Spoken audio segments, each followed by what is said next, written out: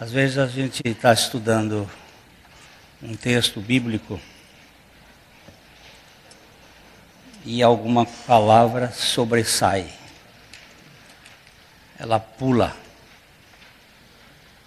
Às vezes você está tomando banho lá no seu chuveiro e aí Deus lança um texto no seu coração. Às vezes você está andando na rua e o Espírito Santo faz lembrar de alguma coisa que Ele quer falar com você e com os outros. E faz uns 3 meses, normalmente eu vou escrevendo os estudos para a igreja. E o Senhor vai nos dando alguns temas, alguns assuntos. E a gente vai colocando aí como uma espécie de paiol. Você pensa que é casual, mas Deus tem tudo nas suas mãos. Ele tem todos os detalhes. E esse texto foi escrito para mim, hoje. Eu não sabia da estocada que ia receber, então a gente escreve, é o Espírito falando, mas eu quero dizer que é uma coisa que está tão presente, tão atual, está queimando assim, provados pelo fogo. Sofrimentos, dores, fazem parte da pedagogia de Deus. Nós estávamos lá em Honey Rock, num congresso, num estudo, desde o ano passado, que um grupo daqui da igreja e alguns mais, vamos fazer este curso, porque nós precisamos conhecer um pouco mais da realidade humana. Nós somos muito complexos e Deus está trabalhando de muitas maneiras neste mundo. E a gente pensa que Deus só trabalha do jeito que a gente acha que Ele está fazendo, mas Ele não. E nós estávamos lá conversando numa das aulas com a doutora Terry.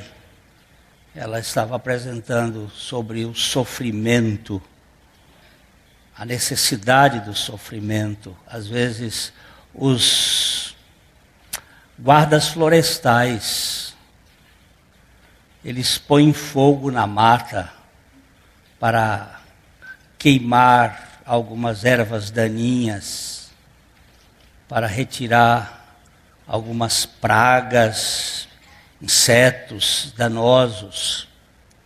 É um expediente bem natural.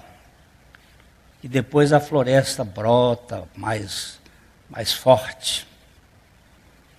E naquela ocasião a coisa estava assim no campo da ideia, do acadêmico.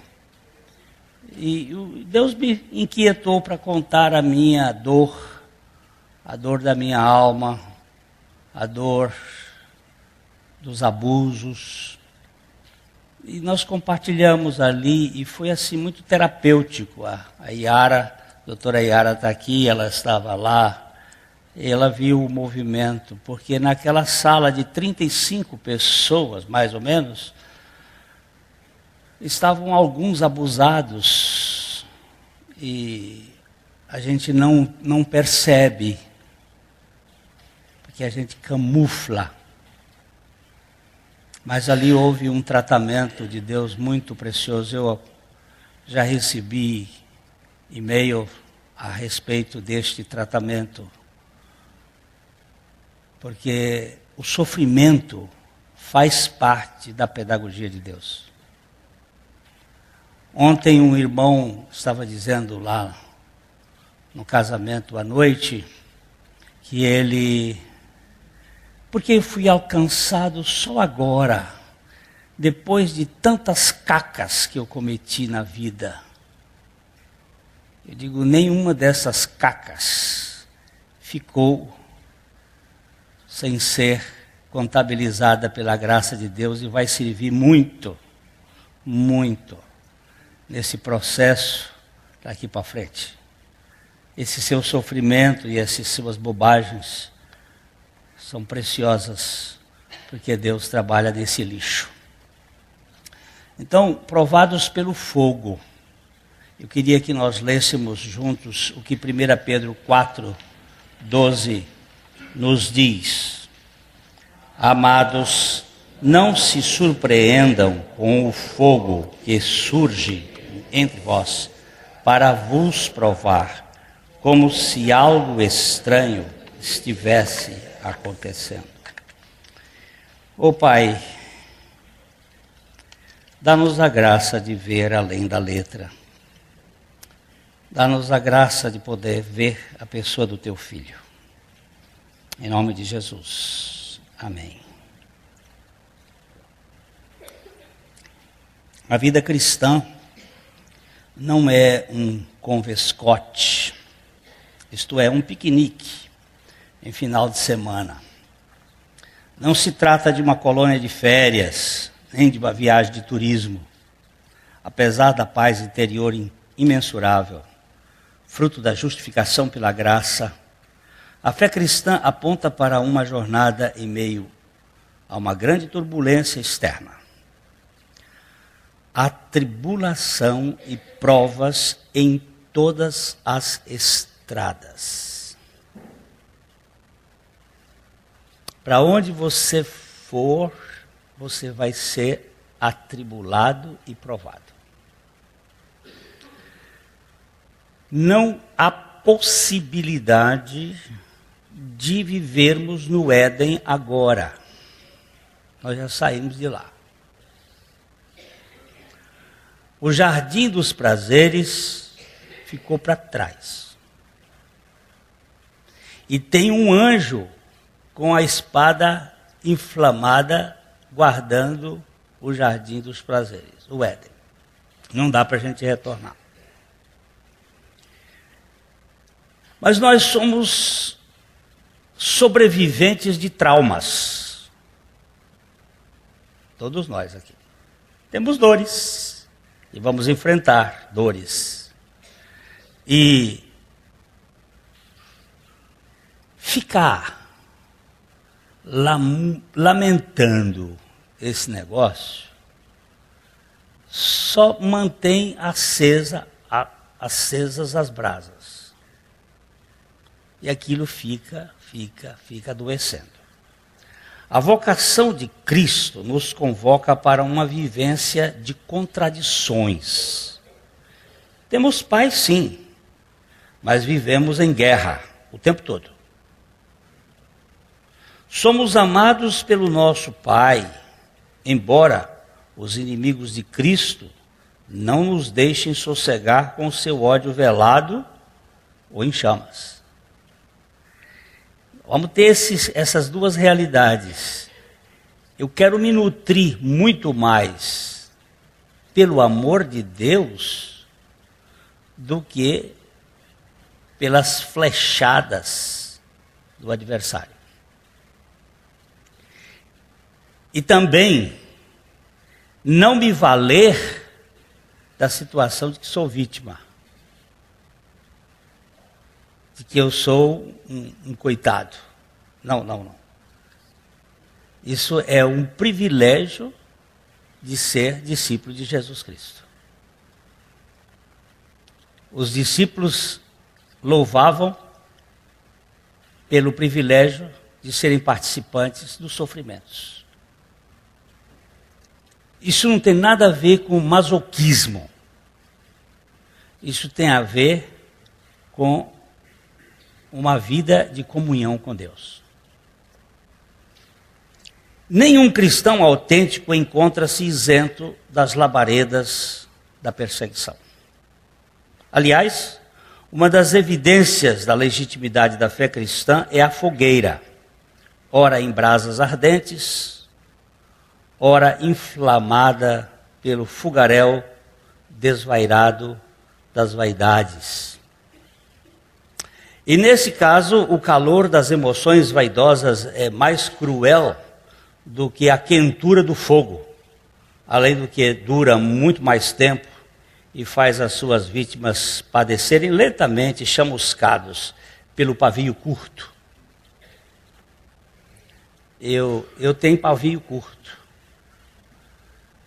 Eu saco rápido a resposta.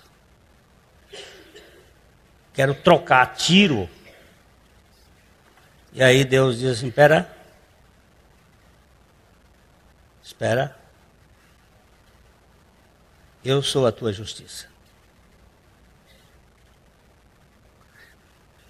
Tudo isso que está acontecendo não está fora do meu controle. Isso acontece dentro da sua casa, da minha casa, isso acontece no seu trabalho, nos seus negócios. Você está sempre em fogo cruzado. Jesus disse assim, os inimigos de sua vida são, às vezes, os da própria família.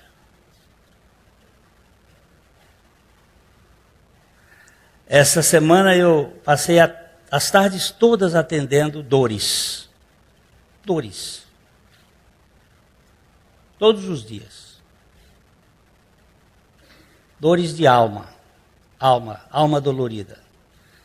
E sabendo que é assim mesmo. E parece que o negócio, nesse tempo, está aumentando muito. Tem muita gente sofrendo.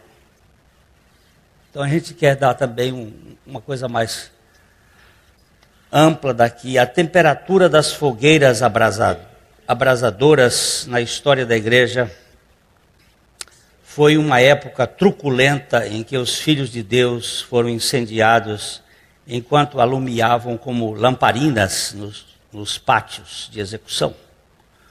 Foram incendiados como tochas vivas, manifestando a luz radiante que habitava em seus corações inflamados de amor. Ainda hoje, em alguns lugares deste mundo tenebroso, temos cenas horrorosas como estas do inferno de Dante. Não pense, os meus amados irmãos, que a queima de cristãos desapareceu no 3º e 4º séculos, assim em massa, e que só alguns hereges, entre aspas, foram queimados. Não, senhores.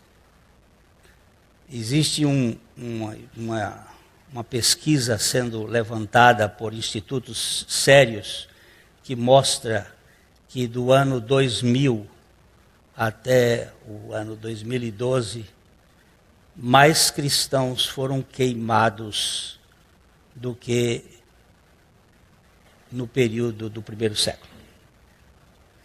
Mesmo porque tinham muito menos cristãos. Só no final do ano passado, numa região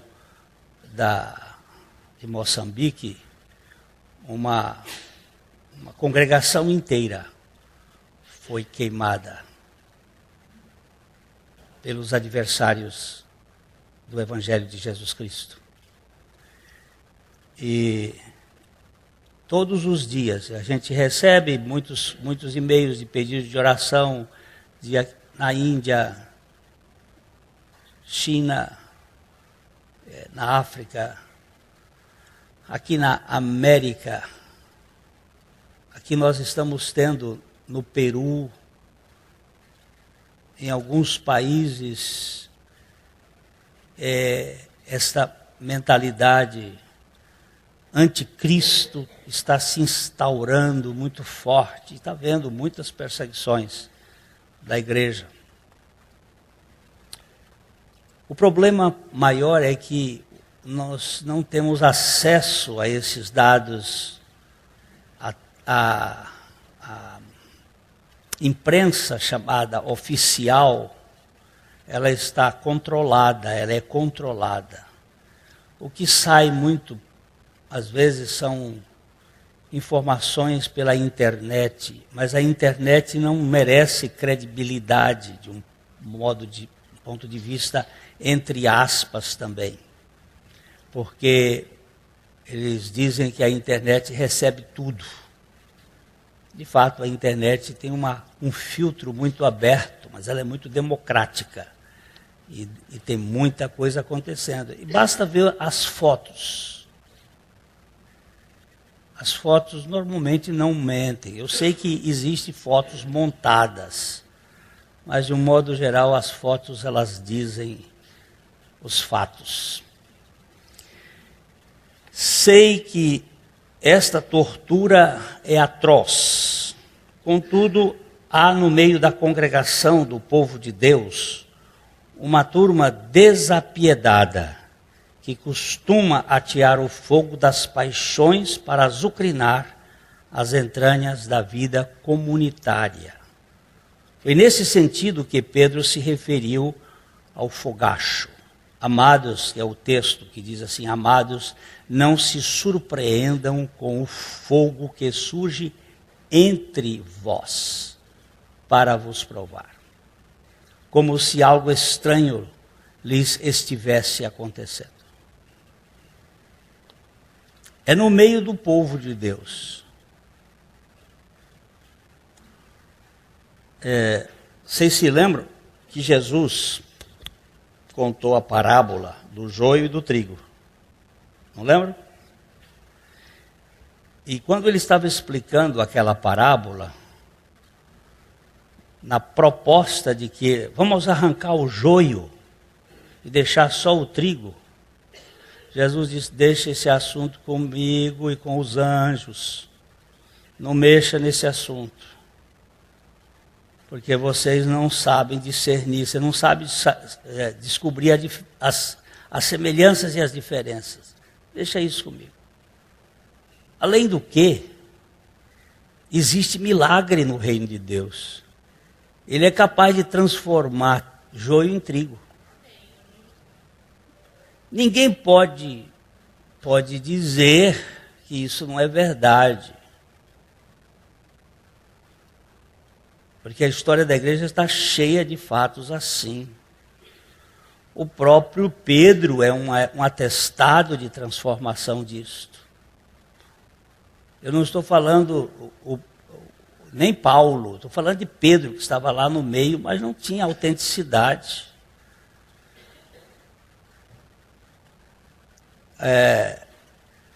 Mas esse braseiro tem uma finalidade muito especial: provar.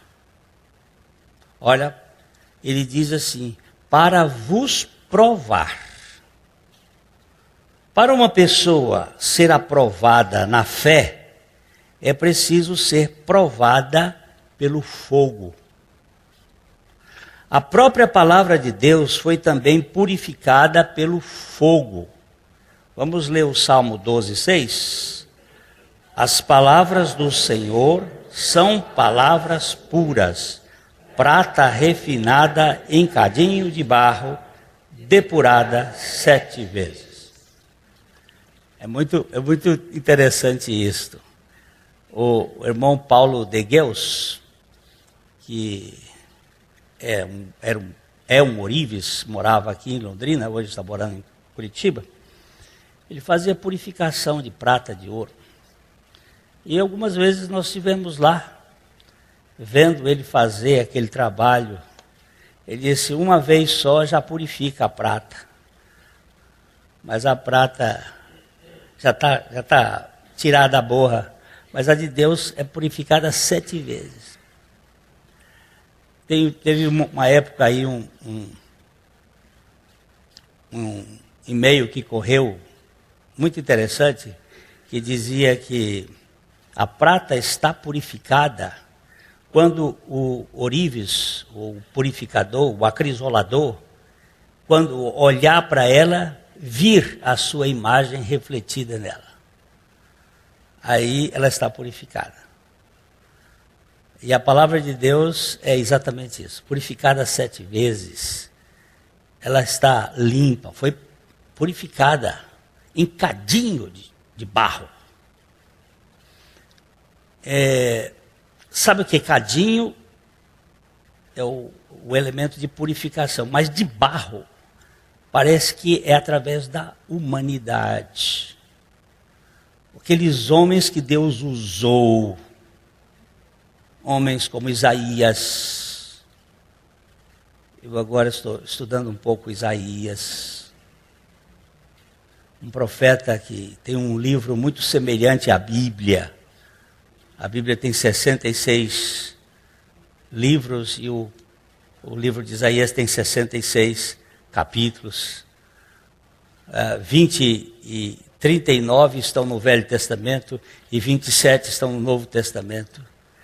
E nós temos do capítulo 1 ao 39 falando de uma realidade ligada ao povo de Israel, e do 40 em diante falando do servo sofredor e da sua obra em favor da... Muito parecido com a Bíblia, tem detalhes na Bíblia. E aquele profeta foi purificado em cadinho. E ele fala uma palavra purificada em cadinho de barro. A fé é um dom gracioso desta palavra purificada pelo fogo. Vocês se lembram que a fé vem pelo ouvir, e o ouvir vem da palavra de Deus, ou ouvir a palavra de Deus.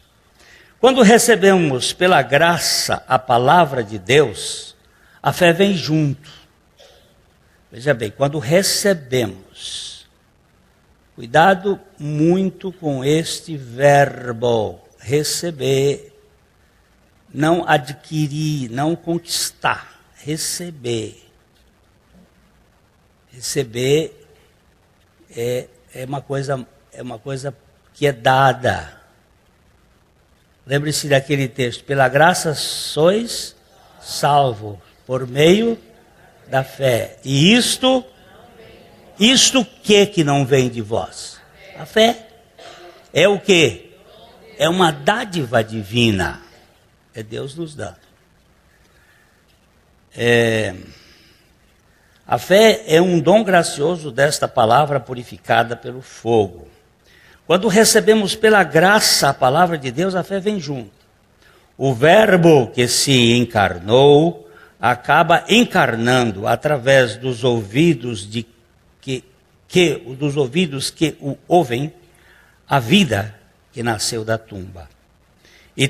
E, consequentemente, a fé surge como expressão real, mas subjetiva, dessa forma, dessa obra plena de Deus homem. Ela é uma evidência implícita da vida de Cristo em nosso ser. Vocês se lembram daquele texto que diz que Jesus é o autor e o consumador da fé? Ela não diz que Cristo é o autor e o consumador da fé. Ela diz que Jesus é o autor e o consumador da fé. Eu queria que cada vez que você e eu fôssemos ler a Bíblia, que nós percebêssemos as ênfases que a palavra de Deus está dizendo. Por exemplo, nós não fomos crucificados com Jesus, nós fomos crucificados com Cristo. Interessante isso. E a fé não vem por Cristo, vem em Jesus. Jesus e Cristo não são a mesma pessoa? São, mas eles têm são duas naturezas. A natureza divina é Cristo, a natureza humana é Jesus.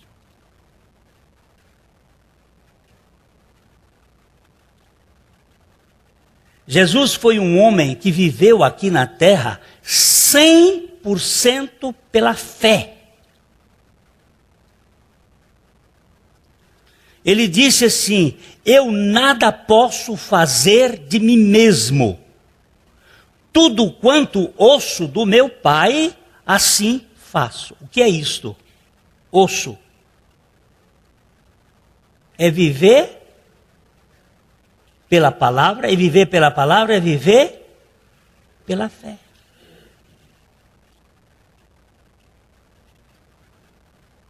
Ontem o reverendo Messias, que tem sido meu pastor há 38 anos, eu acho que todo pastor deve ter um pastor para se reportar. Na hora das nossas crises, na hora das nossas lutas. E foi o Messias quem me procurou em 1974, quando eu cheguei aqui em Londrina. Um jovem meio destrambelhado, como sempre fui. O cabelo era aqui. Eu não sei como essa igreja me suportou nesse tempo mais e até agora. Para mim é milagre. Nós chegamos aqui usando calça boca de sino. Porque era moda naquela época. Minha mulher de mini saia. Alguns moços me disseram outro dia, hoje já não são mais moços, já são homens velhos.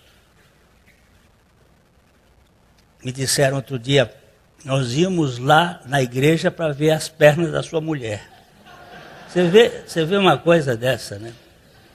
Porque ela sempre foi muito bonita e vinha com aquelas mini saias e o olho humano é terrível, né? O meu e o de vocês. Então, existe, esse pastor tem sido para mim, em momentos de crise, de dores, de lutas, eu tenho recorrido ao coração dele.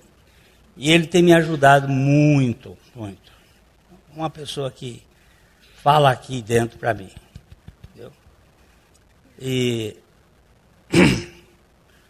ontem ele estava me ministrando, falando sobre essa questão de que você até contou uma historinha interessante. A história era o seguinte, o sujeito morreu e tinha sido um crente 100%.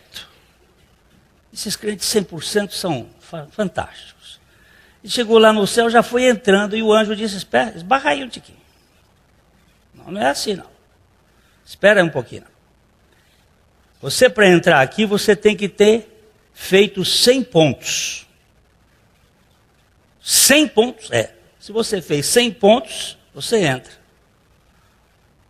E ele disse, mas, como assim? Por exemplo, como foi a sua vida lá na terra? Aí ele disse, eu fui um bom marido. Eu cuidei muito da minha família. Ele disse, 1 ponto. Aí eu fui um crente exemplar. Aí ele disse, tá bom, 1 ponto. Eu orava bastante. Mais 1 ponto. E aí ele foi dando assim, quando chegou em 15, não tinha mais. Aí ele olhou assim para o anjo e disse, desse jeito, só pela graça. Aí o anjo, 100 pontos, pode entrar. Olha, se você tivesse aprendido isso antes, você não tinha tentado tanto esforço, porque é só pela graça. Então, queridos, a fé vem pela palavra de Deus. A fé é dele, não é nossa. Nós não temos fé. Nós não vamos a essa. Ninguém nasce neste mundo portando fé no seu currículo. A fé é uma dádiva divina, nunca jamais um atributo natural do velho Adão. Todavia, é preciso ser testada, uma vez recebida, para que possamos saber se de fato essa é a fides Dei, a fé que vem de Deus, ou é a feérica abusiva produzida pela fedúcia de um fedelho arrogante qualquer que se propõe ser fecundo neste assunto da invisibilidade fenomenológica.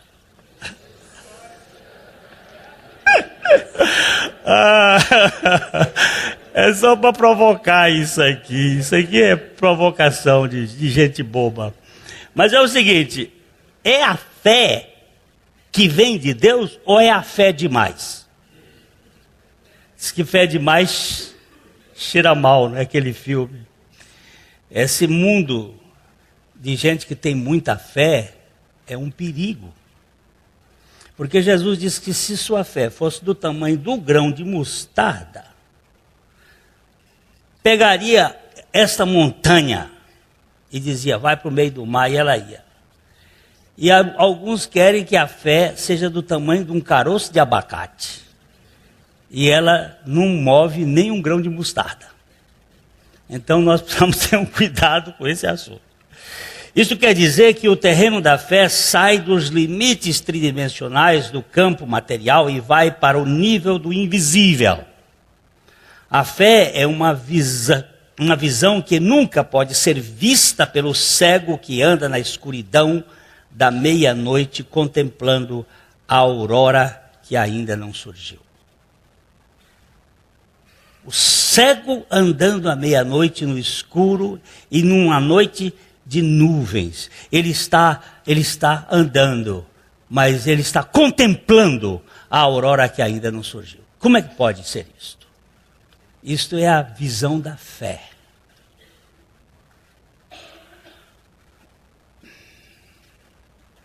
Segundo as Escrituras, podemos defini-la assim, a fé.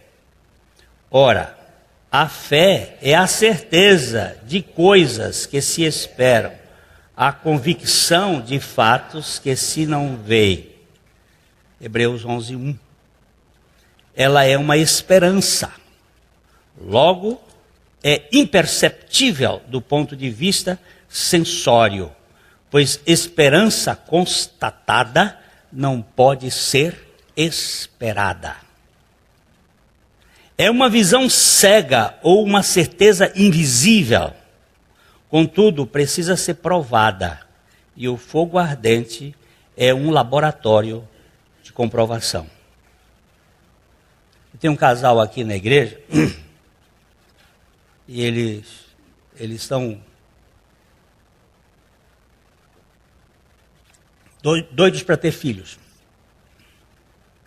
E tentaram tudo. A espermia dele é muito baixa. E ela tem complicações. E não engravidava. E eu não sei por que um consegue crer, não consegue.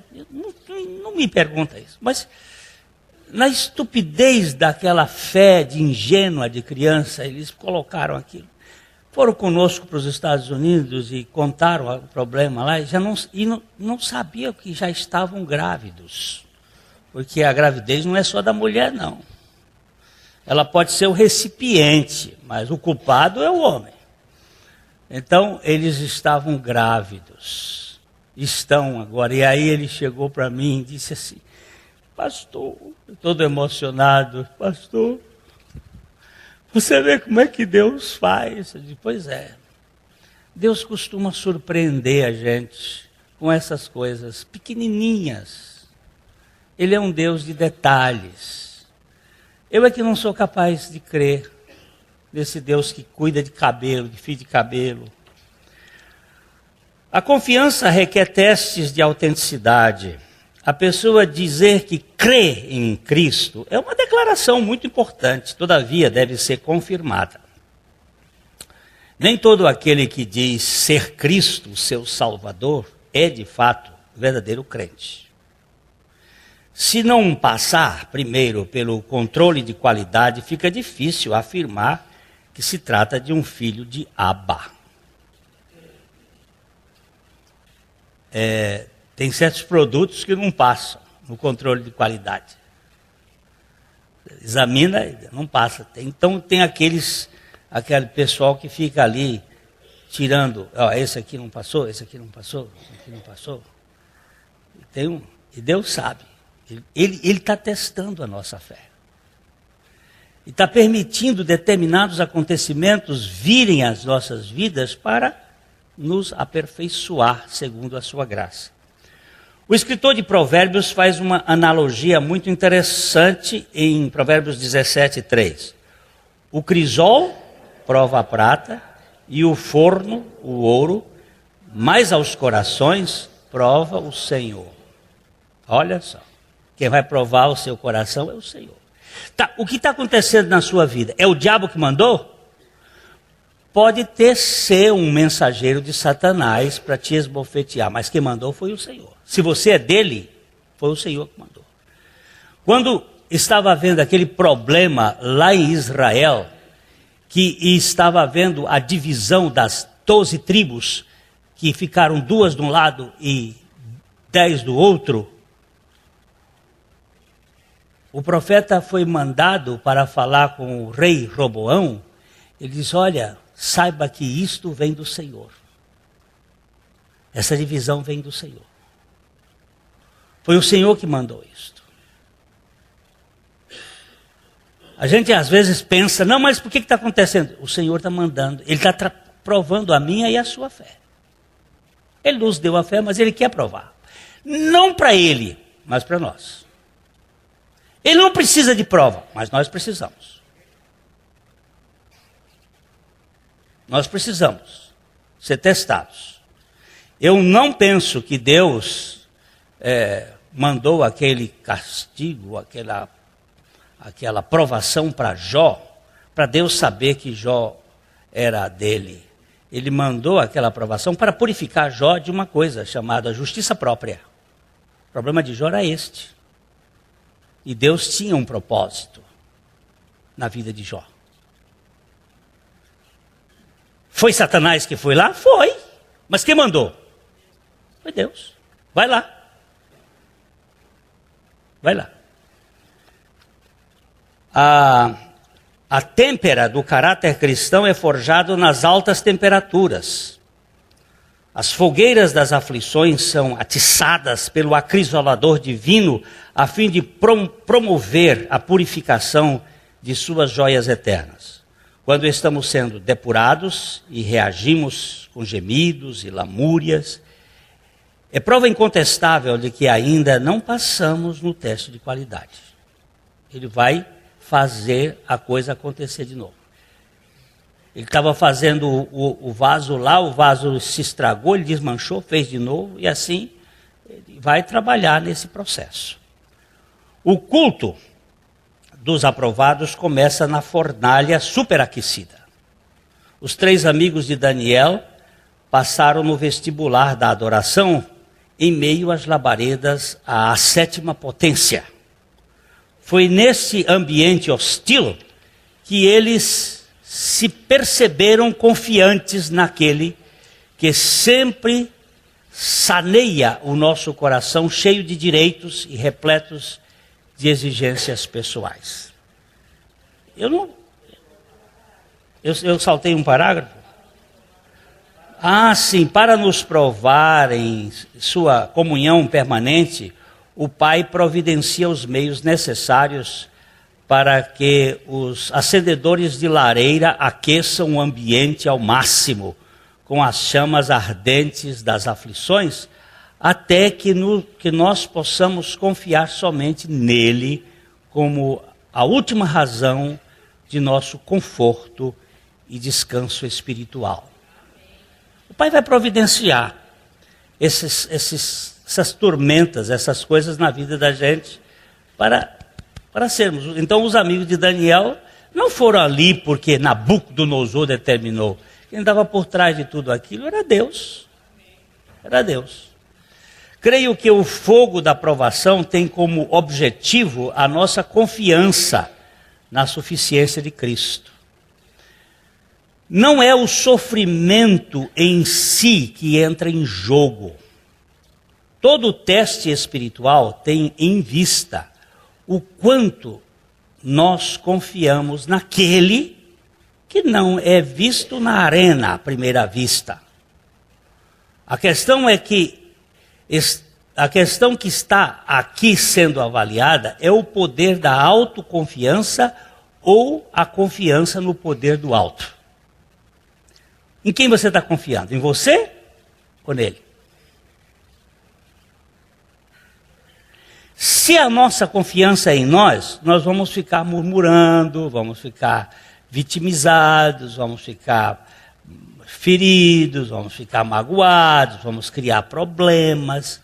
Se a nossa confiança é no poder do alto, nós vamos dizer: Senhor, eu sei que o Senhor está por trás disso aí. Quando eu sou castigado e sou corrigido, sabe o que eu devo dizer? Deus me ama. Quando eu não estou sendo castigado e corrigido, eu tenho que dizer assim: eu sou bastardo. Deus permite certas coisas nas nossas vidas para nos trabalhar a nossa fé nele.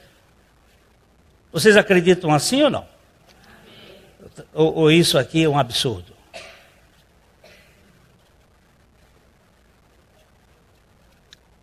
Quando botaram fogo no padre John Hus, lá na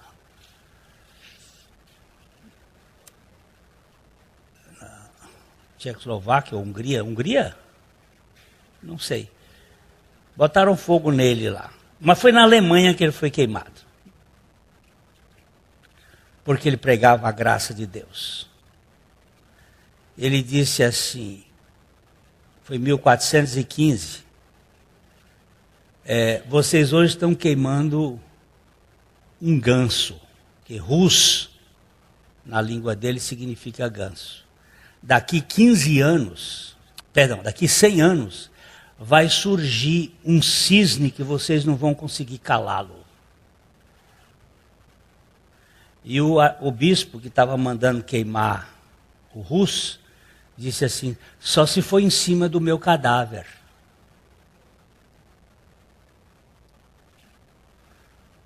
Cem anos depois, ali, na verdade foi 1405, 100 anos depois, 1505, tinha um monge que estava naquela basílica, naquela catedral, lá na Alemanha, com braços abertos em cima no chão, sendo consagrado, deitado no chão.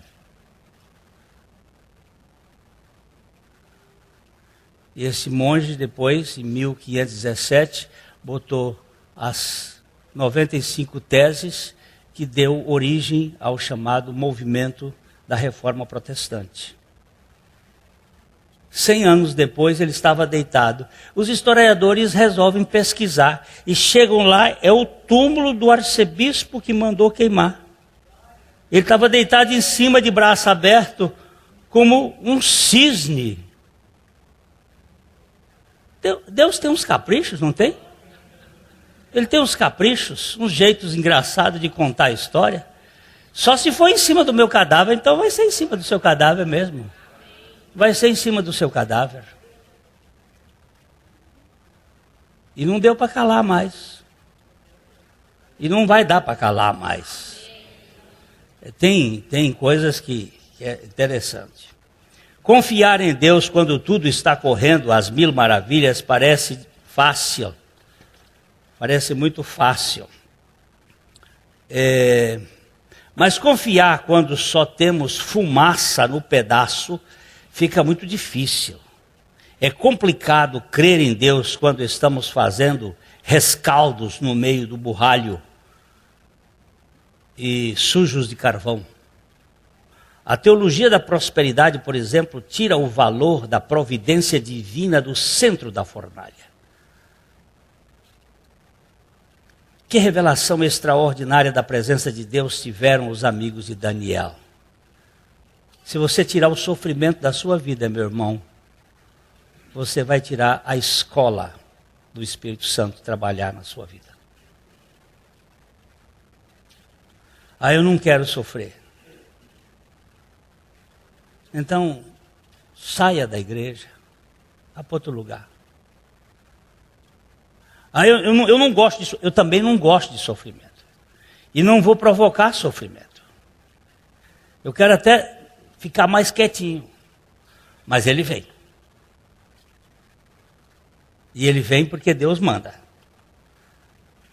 Jesus aprendeu a obediência pelas coisas que sofreu. Interessante esse texto. Mas ele não era o filho de Deus? Era. Mas ele precisava ser aperfeiçoado.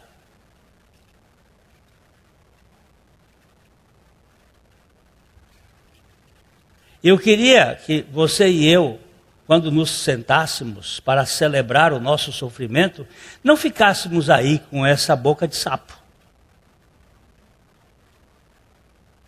coachando, reclamando, murmurando, mas que nós pudéssemos fazer parte do coral e cantar Aleluia de Handel no meio da taca. A taca está cantando. Eu gosto daquele livro de Harry Nowen, Transforma Teu Pranto em Dança. Onde estão os bailarinos?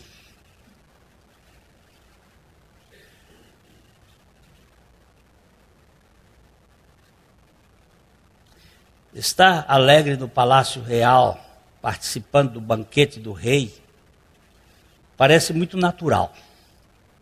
É fácil soltar foguetes quando o nosso time se torna o campeão da liga. A coisa engrossa quando temos que fazer festa no barraco em chamas e celebrar a derrota com bom ânimo e bem-humorados. Agora entramos num espaço sobrenatural. Eu tenho falado desse livro e já está em português, já tem. Acho que já tem até aqui no Brasil, né, Humberto? Seja Feliz. Seja Feliz. É um livro do Wiersbe. É a carta de Paulo aos Filipenses. Ele conta histórias, que aquela carta é a carta mais alegre da Bíblia. Em 4 capítulos ele fala 19 vezes da palavra gozo, alegria, contentamento, júbilo, regozijo. 19 vezes em cada capítulo, quase que 5 vezes por capítulo, se você for dividir. É uma carta muito alegre. E é uma carta onde ele começou o ministério levando uma surra e indo para a cadeia. Mas ele não tinha memória ardida, memória retida em... E nesta carta, Dr. Wiersbe conta uma história muito interessante que ele tinha... Eu já contei isso algumas vezes, mas é bom. A gente esquece. Ele tinha sofrido um acidente de carro e ficou polifraturado. E ele ficou... Eu nunca sei, porque faz tempo que eu não vejo isso, se foram 17 meses no hospital e 15 cirurgias, ou se foram 15 meses e 17 cirurgias. Ele teve um tempo que ele ficou, que as costas não eram colocadas na cama, ele ficava pendurado por pêndulos. E durante esse tempo em que ele ficou ali no hospital, ele toda semana recebia uma carta de um ouvinte, porque ele tem um programa de rádio lá nos Estados Unidos, e ele recebia uma carta de incentivo. A mulher lia para ele a carta e tal. E quando ele ficou bom, ele falou com a esposa: vamos conhecer esse irmão que me abençoou tanto com aquelas cartas de ânimo. E viajou até a cidade onde morava aquele irmão, eram uns 900 quilômetros, e ele foi chegou lá, procurou a casa, quando encontrou a casa, tocou. Aí veio uma enfermeira abrir a porta e lá encontrou aquele senhor que era um jornalista. Ele tinha uma máquina, devia ser daquele tipo Hamilton, antiga, uma máquina, que tinha no teclado, ela tinha braille em cima, braille, e embaixo ela transformava aquilo nas letras do alfabeto que a gente usa. Ele estava cego por causa de diabetes. E ele tinha perdido as 2 pernas, que tinham sido amputadas. E ele escrevia para os jornais, tinha uns 3 ou 4 jornais que ele escrevia artigos para aqueles jornais. Com esse dinheiro, com esses escritos, ele ganhava a vida, ganhava o seu pão nosso. Ele pagava a enfermeira para cuidar da mãe dele, que tinha 90 anos. Ele era cego, diabético, sem as pernas, tendo que providenciar os recursos para viver. E Dr. Wiersbe disse, eu fiquei 4 horas na casa daquele irmão e eu não ouvi um gemido, um ai, um suspiro, uma vitimização, só o derramar da graça de Deus. Então ele ficou tão impressionado com aquele irmão, que quando ele saiu, ele foi estudar a carta a Filipenses e escreveu esse livro, que em inglês é To Be Glad. Seja feliz, seja alegre, seja jubiloso, baseado nesse fato.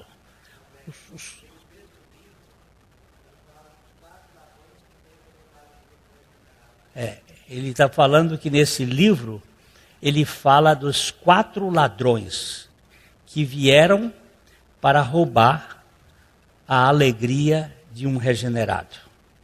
No primeiro capítulo, ele fala que o ladrão daquele capítulo são as circunstâncias. Você vai aqui, o carro, alguém bate no seu carro. Aí você fica triste. É um ladrão, uma circunstância que você não controla, que vem roubar a sua alegria. O segundo ladrão são as pessoas. Pessoas que atravessam na sua vida, que às vezes vêm e lhe dizem uma palavra dura para lhe magoar. São ladrões. Porque o ladrão vem somente para roubar, matar e destruir. O terceiro ladrão que ele fala ali são as coisas. Aí se você viu o capítulo, Paulo vai falar sobre coisas. Coisas que a gente quer ter, coisas que a gente tem medo de perder. Ele diz, eu perdi todas as coisas por causa da sublimidade de Cristo Jesus. E o quarto ladrão é a preocupação, que vem antecipadamente para sugar a gente. A preocupação é um ladrão terrível. Ela é invisível. Então, nesse livro ele mostra como esses ladrões tentam nos roubar a alegria. E quando nós entramos no terreno da purificação, Deus vai nos tratar para que a gente seja alegre em toda e qualquer circunstância. Em tudo dai graças. Mas não é assim, eu te agradeço, Senhor, porque foi assim. Ele falando das bem-aventuranças, quando chega na última bem-aventurança, quando você está sofrendo perseguição, você está sofrendo calúnia, você está sofrendo uma série de coisas, ele diz assim, bem-aventurados sois vós, quando, mentindo, disserem todo mal contra vós, por minha causa. Aí ele diz assim, exultai-vos, alegrai-vos, porque grande é o vosso galardão nos céus. Ele não diz galardão aqui na terra, não, nos céus. Ela é para o futuro. Porque eles fizeram isto mesmo que estão fazendo com vocês, com os profetas que viveram antes de vocês. Faça festa. Eu preciso aprender a fazer festa. Está falando mal? Opa, vamos fazer uma festinha aqui? Qual é o motivo? Estão me botando no chamusco lá. Está queimando. Está na fogueira. Vamos fazer festa. O velho Adão nunca compartilha dessa identidade dos filhos da madrugada. Só a turma da ressurreição pode demonstrar este novo estilo de vida. Vamos ver o que Pedro, na sua primeira carta, 4,13, diz: alegrem-se à medida que participam dos sofrimentos de Cristo, para que também, quando a sua glória for revelada, vocês exultem com uma alegria ainda maior. Parece que vai crescendo no processo da alegria, até crescendo. Você tá fazendo festa por quê, meu irmão? É porque só sobrou sabugo. Só sobrou sabugo. E aí nós resolvemos fazer uma festa com sabugo. Confiar que Deus está cuidando de nós somente quando tudo vai dando certo é uma total alucinação de nossa personalidade ególatra. A teomania vazando pelos nossos poros. Por isso, o fogo deve ser ateado para nos provar em nossas entranhas e desse modo nos testar para ver se somos realmente legítimos ou falsos. Eu me lembro da viagem com o pastor Abuchaí. Nós era uma mulher grávida, a Anésia, que estava na cadeira de rodas, tinha 2 seminaristas, pastor Abuchaí e eu, 2 seminaristas de Betânia. E pastor Abuchaí tinha umas coisas assim meio, vai lavar o barco. E ele dava aquela ordem assim, meio no tranco. Aí o rapaz disse assim: eu não vou lavar barco não, eu não vim aqui para lavar barco. Eu vim aqui para pregar o evangelho. O pastor Abuchaí disse: meu filho, se você não aprender primeiro a lavar pé, você não vai nunca falar a cabeça das pessoas.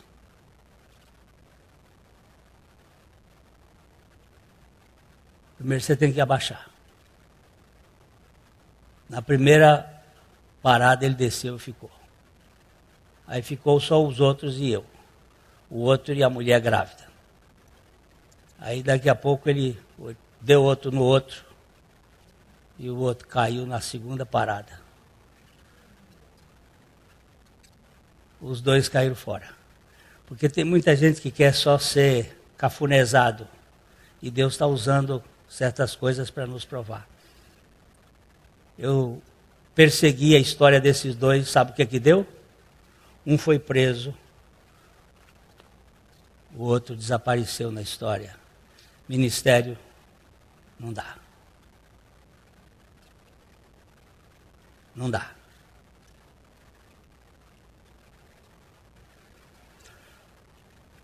A nossa falência total nos habilita a dependência absoluta de Deus.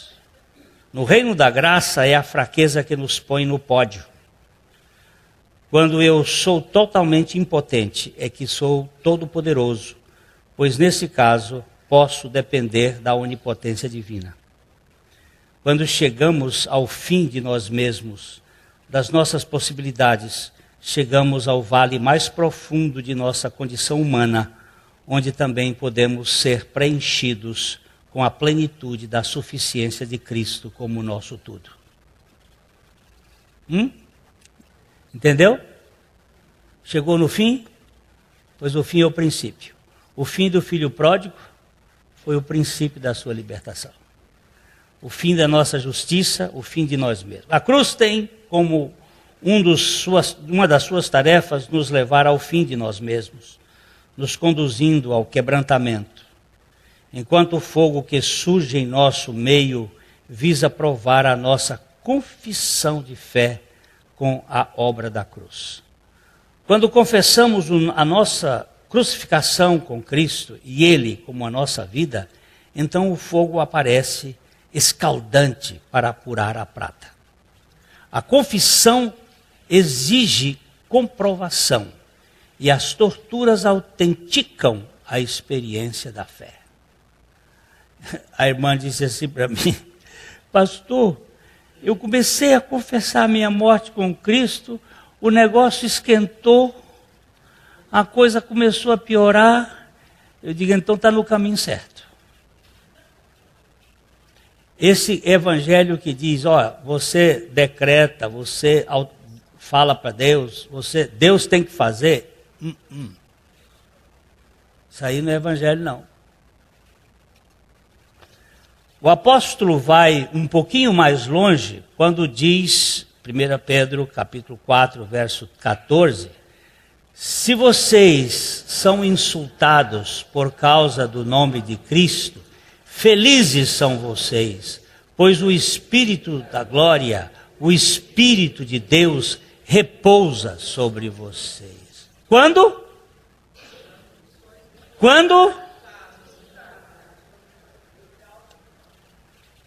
Quando vocês são insultados por causa do nome de Cristo. Não é quando vocês são insultados, quando nós somos insultados pelas besteiras que a gente faz.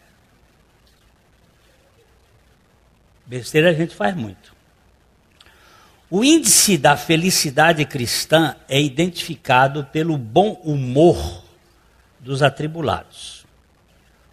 Os cânticos na prisão e os aleluias no tronco evidenciam o nível de libertação que os eleitos pela graça têm alcançado.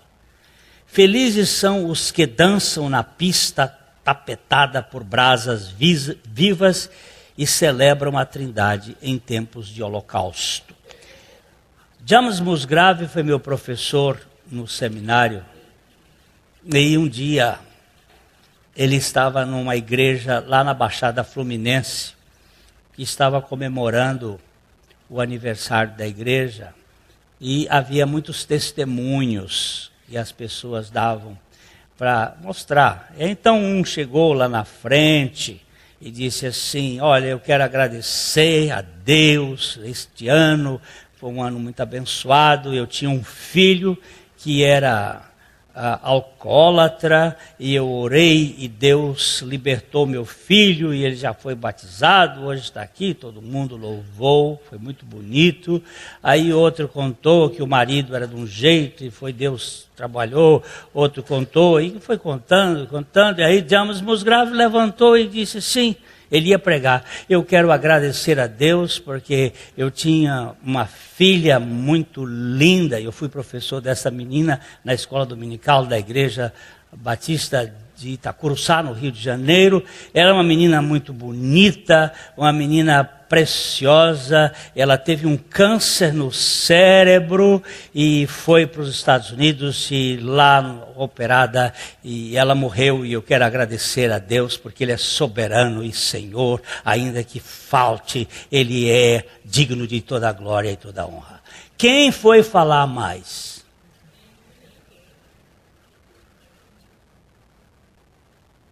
Porque para nós a coisa só é boa quando nos favorece.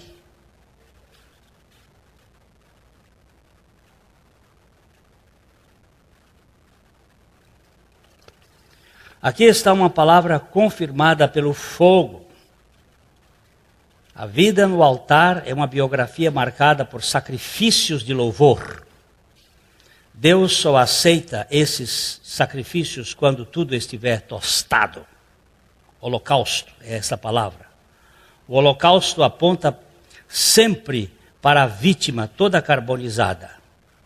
O fogo no altar consome a carne e a gordura, enquanto o suave cheiro sobe como um aroma agradável diante do Senhor. Salmo 19, 4.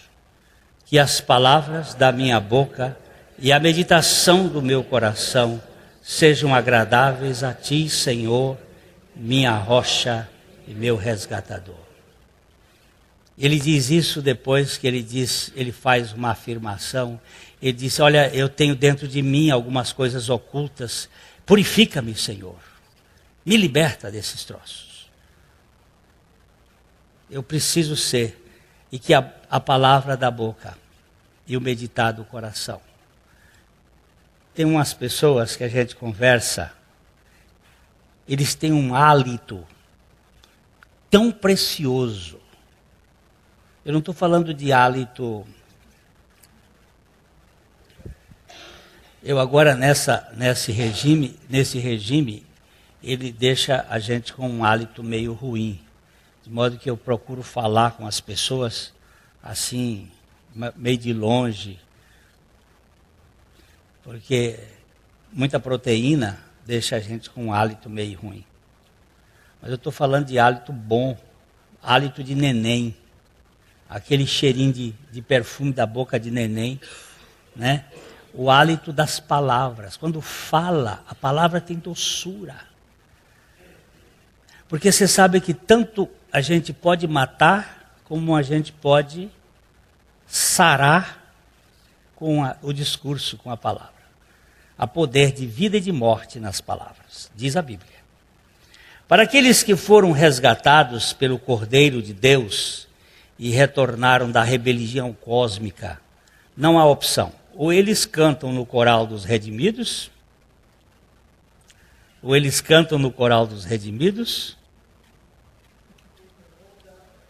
ou dançam na companhia do balé dos restaurados. Assim, eles cantam e encantam com a postura de alforriados, pois sabem, o Salmo 35b, mesmo que a tristeza possa persistir durante a noite, pela manhã renasce exultante a alegria. Os filhos da ressurreição, chamuscados pelo fogo, exalam um perfume agradável no seu discurso, sem vitimismo, sem acusações. Eles falam as palavras da esperança, ungidos com o orvalho da madrugada, gerando vida e alento para os que ouvem. Nunca vi uma pessoa provada pelo fogo que fosse incendiária. Quem sofre por causa do Evangelho nunca se apresenta como um causador de sofrimento alheio. Ele vai ajudar o sofrimento, vai ajudar a carregar as dores. Eu também entendo, irmão, isso. Eu também entendo esse sofrimento. Todos os provados e aprovados pelo fogo são bombeiros graciosos em potencial a serviço do Cordeiro, em benefício dos aflitos pelas chamas. Se você estiver sendo carbonizado, é porque será usado como instrumento da graça em favor dos atormentados deste mundo de tantos incêndios. Eu devo dizer que, contando aquele trauma de abuso sexual uma vez dentro desta sala para uma moça que tinha sido abusada, ela foi restaurada, estava com anorexia profunda, e Deus a restaurou nessa conversa, e pela primeira vez na vida eu pulei de alegria por ter sido abusado. Saí dali gritando, Senhor, obrigado. Porque eu nunca iria entender a dor de uma pessoa se eu não tivesse passado por essa dor. Nunca. Muito obrigado. Glória ao Pai pelo tratamento do fogo purificador. Quando somos agrisolados, é porque estamos sendo preparados para um uso sagrado de maior intimidade com aquele que se revela como o fogo consumidor. Esse texto de Hebreus 12, 28 e 29 é muito precioso. Por isso, recebendo nós um reino inabalável, retenhamos a graça pela qual servimos a Deus de modo agradável, com reverência e santo temor, porque o nosso Deus é fogo consumidor. Se quiser traduzir isso de uma maneira mais interessante assim para o seu coração, para o meu também, porque o nosso Deus é fogo purificador. O nosso Deus tem todos os detalhes desse nosso sofrimento. E bendito seja o Senhor que nos tem afligido, porque quando eu fui afligido, aprendi a confiar na sua graça.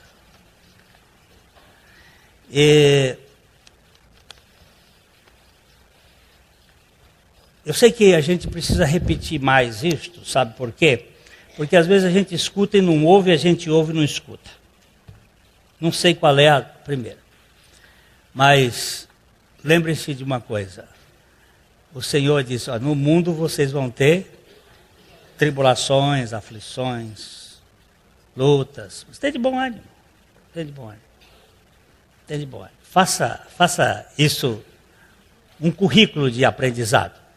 E nesse instante, quando nós estamos aqui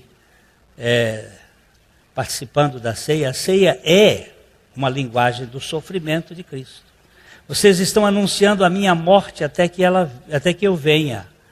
Vocês estão anunciando que vocês participaram desse morrer com Cristo. Ele é a nossa vida. A mensagem que você acabou de assistir faz parte do Ministério de Comunicação Palavra da Cruz. Temos um grande acervo de estudos bíblicos em áudio e vídeo. Distribuímos também gratuitamente o jornal mensal Palavra da Cruz. Entre em contato conosco pelo fone 0 operadora 43 3372 8900 ou pelo e-mail livraria@piblondrina.com.br. Visite-nos pelo site www.livrariapiblondrina.com.br ou acesse www.piblondrina.com.br. Graça e paz.